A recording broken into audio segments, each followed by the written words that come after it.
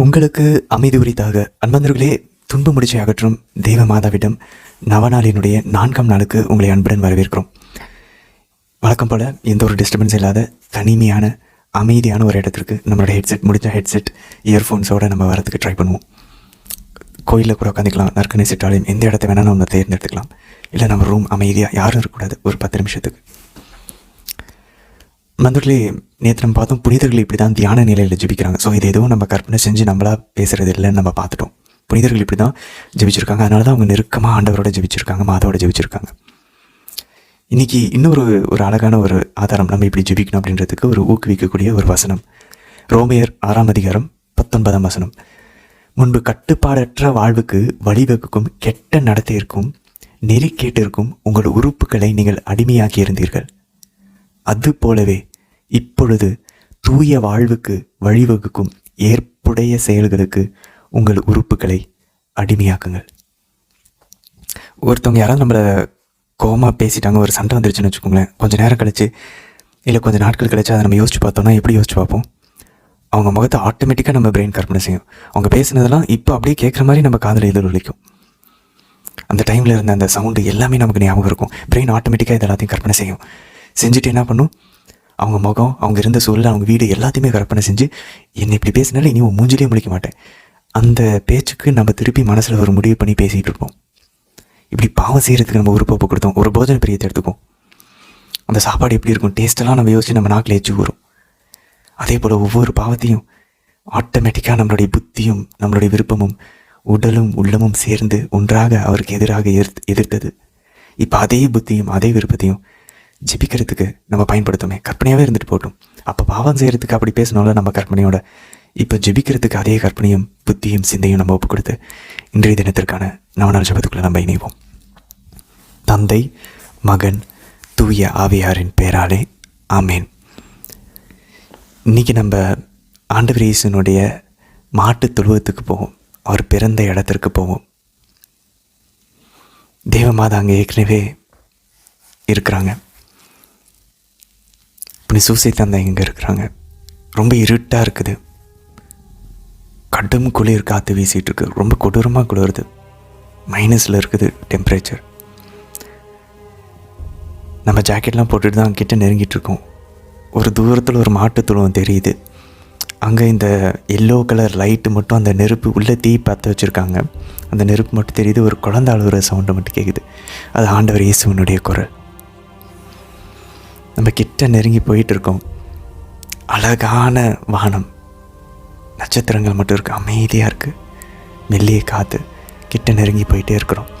இடையர்கள் வெளியே வராங்க அந்த மாட்டு தொழுவத்திலேருந்து. ஒரு ஸ்க்ரீன் மட்டும்தான் தொங்குது, ஒரு துணி மட்டும்தான் இருக்குது, அந்த கதவு கூட இல்லை அந்த மாட்டு தொழுவத்துக்கு. உள்ளே எல்லோ கலர் லைட் மட்டும் தெரியுது அந்த ஸ்க்ரீனில். அப்போ அவங்க உற்சாகமாக வெளியே, அவ்வளோ ஆர்வமாக சந்தோஷமாக வெளியே வராங்க. நம்ம வரதை பார்த்துட்டு உள்ளே போங்கன்னு சொல்லி நம்மக்கிட்ட சைகை காட்டுறாங்க. நம்ம கிட்ட போய் அந்த ஸ்க்ரீனை திறந்து பார்க்குறோம்.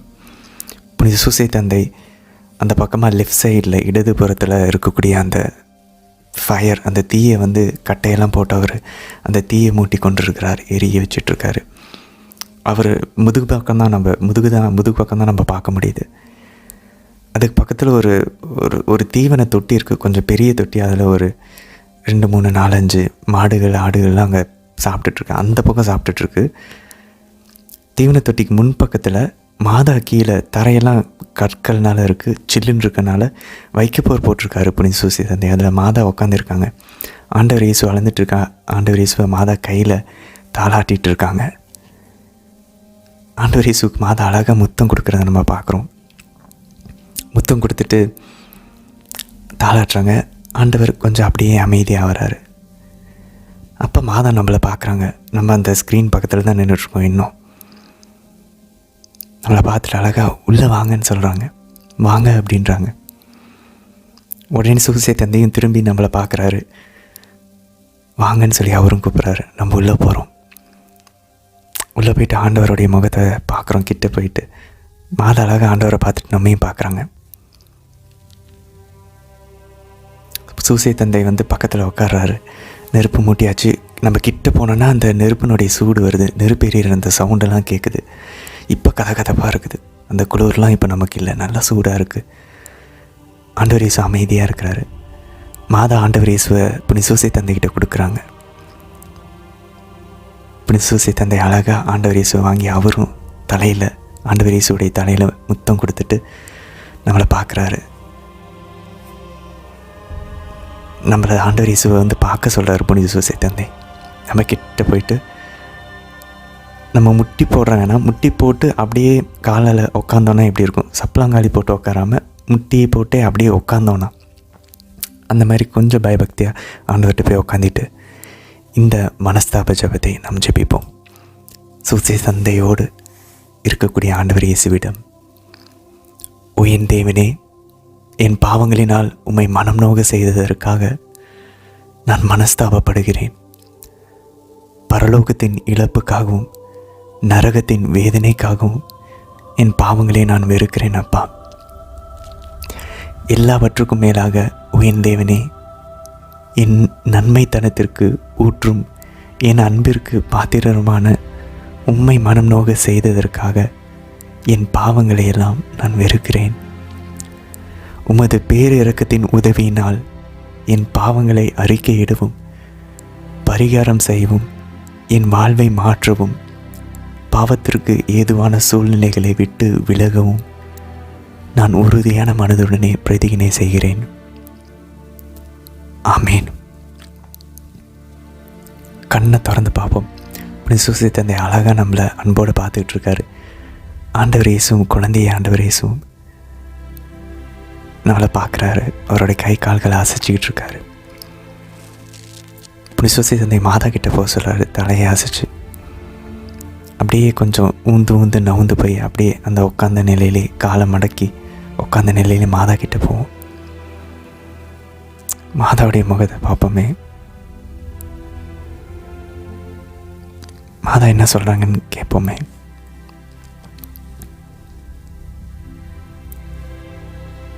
சொல்லுமா அப்படின்றாங்க. சொல்லுப்பா அப்படின்றாங்க.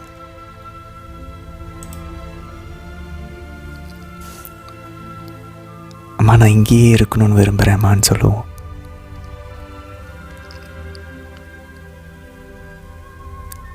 ஐ டோன்ட் வாண்ட் டு கோ பேக்ன்னு சொல்லுவோம். மாதா அழகாக நம்மளை பார்த்து சிரிக்கிறாங்க. அம்மா ஒரு ஜெபம் இருக்குதும்மா, ஜெபிக்கிட்டுமா பார்த்து அப்படின்னு சொல்லலாம். மாதா ஓகேன்னு சொல்கிறாங்க, தலையாட்டுறாங்க. தயாளம் நிறைந்த பரிசுத்த தாயாரே, என்மேல் இரக்கமாயிரும். என் இருதய அமைதியை குலைத்து என் ஆத்மாவை முடங்க செய்து என்னை இறையன்பு செய்ய தடுக்கும் இந்த துன்ப முடிச்சை உம் கரங்களில் நம்பிக்கையுடன் வைக்கிறேன் அம்மா. நம்ம முடிச்சுக்களை நினைத்துக் கொள்வோம். கையை உயர்த்தி மாதா கிட்ட கொடுப்போம். மாதா பார்க்குறாங்க. இந்த துன்ப முடிச்சை உமது கரங்களில் நம்பிக்கையுடன் வைக்கிறேன் அம்மா. என் மீது பரிவு கொண்ட தாயாரே, இந்த துன்ப முடிச்சை அகற்றி உமது திருமகனிடம் எனது முடமான விசுவாசத்தை குணப்படுத்த மன்றாடும் அம்மா. என் வாழ்வின் தடை கற்களை கண்டு நான் நம்பிக்கையை இழக்காமல், இவற்றுக்கு எதிராக முறுமுறுக்காமல், உமது வல்லமையில் நம்பிக்கையை கொண்டு இவற்றுக்காய் உமக்கு நன்றி சொல்ல கிருபை தாரும் அம்மா. இந்த துன்ப முடிச்சுகளுக்காக நன்றி செலுத்துகிறோம் அம்மா. ஆமேன். துன்ப முடிச்சுகளை அகற்றும் அன்னையே, எங்களுக்காக வேண்டிக் கொள்ளும். மரியன்னை சூரியனை போன்றவர், எவருக்கும் அவரது அன்பின் கதிர் மறுக்கப்படுவதில்லை. அப்படியே அம்மாவை நம்ம திரும்பவும் பார்ப்போம். இந்த கவன சிதறலுக்கு இடம் கொடுக்காம அம்மா கிட்ட, அம்மா இன்னொரு ஜெபம் ஜெபிக்கிறேம்மா. ஓகே சொல்லு அப்படின்னு சொல்லி மாதா தலையாடுறாங்க. அதே அந்த எல்லோ கலர் நெருப்பு, அந்த கதகதப்பான அந்த சூழலில் புனிசூசை தந்தையும் ரொம்ப அன்போடு நம்மளை பார்த்துட்ருக்காரு. கையில் ஆண்டவர் இயேசு வைத்து கொண்டு மாதா கிட்ட ஜெபிப்போம். துன்ப முடிச்சுகளை அகற்றும் அன்னையிடம் ஜெபம். கன்னி மரியாயே, அழகு அன்பு தாயே, மன்றாடும் குழந்தைகளை ஒருபோதும் புறக்கணிக்காத அன்னையே, உமது திரு இருதயத்திலிருந்து பெருக்கெடுத்து வழியும் அன்பினாலும் முடிவில்லாத இரக்கத்தினாலும் குழந்தைகள் எமக்காக அயராது உழைக்கும் திருக்கரங்கள் கொண்ட திருவே, உமது கருணை பார்வையை எம்மீது திருப்பி எனது வாழ்வை திணற வைக்கும் முடிச்சுகளை கண்ணோக்கி அருளும் அம்மா.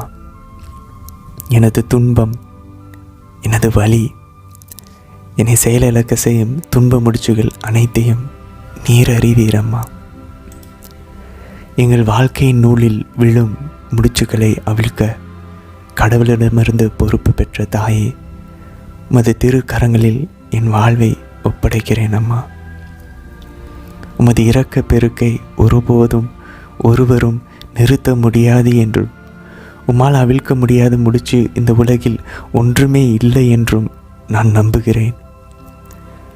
வல்லமையின் தாயே, ஆண்டவர் இயேசுவிடம் பரிந்து பேசும் உமது பலத்தினால் என்னை வாட்டி வதைக்கும் இந்த சிக்கலான முடிச்சை,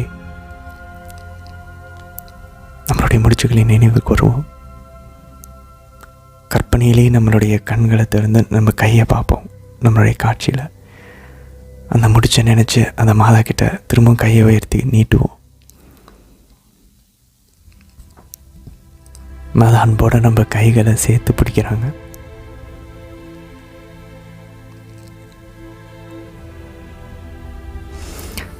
என்னை வாட்டி வதைக்கும் இந்த சிக்கலான முடிச்சுகளை உமது தூய திருக்கரங்களில் பெற்றுக்கொள்ளும் அம்மா. தந்தையாம் கடவுளின் உன்னத மகிமை வெளிப்படும்படி எனது துன்ப முடிச்சுகளை இப்பொழுதுக்கும் என்றென்றைக்கும் அவிழ்த்து போடும் அம்மா. எனக்கு ஆறுதல் வழங்க கடவுளால் அருளப்பட்டவர் நீர். எனது பலவீனத்தில் எனது வலிமை நீர். உம் திருமகன் இயேசுநாதரிடமிருந்து என்னை பிரிக்கும் சக்திகளை அழிப்பவர் நீர் அம்மா. அம்மா, எனக்கு பதில் தாரும், பாதுகாத்தருளும், வழி நடத்தும், காப்பாற்றும். ஏனெனில் நீரே என் உறுதியான அடைக்கலம். உன் மீது என் நம்பிக்கையை நான் வைக்கிறேன் அம்மா. ஆமேன். எங்கள் துன்ப முடிச்சுகளை அகற்றும் அன்னையே, எங்களுக்காக வேண்டிக் கொள்ளும். அதைத் தொடர்ந்து 153 மணி ஜெபம் அல்லது 203 மணி ஜெபம் மாலைகளை ஜெபித்து இந்த நாளுக்கான இந்த நவநாளை நிறைவு செய்வோம். தொடர்ந்து சொல்லணும்னு அவசியம் இல்லை. டைம் இல்லைன்னா தொடர்ந்து சொல்லலாம். இல்லை பிரித்து இந்த நாள் முழுதும் 50-50-50 ஜெபிக்கலாம். தந்தை, மகன், தூய ஆவியாரின் பெயராலே ஆமேன்.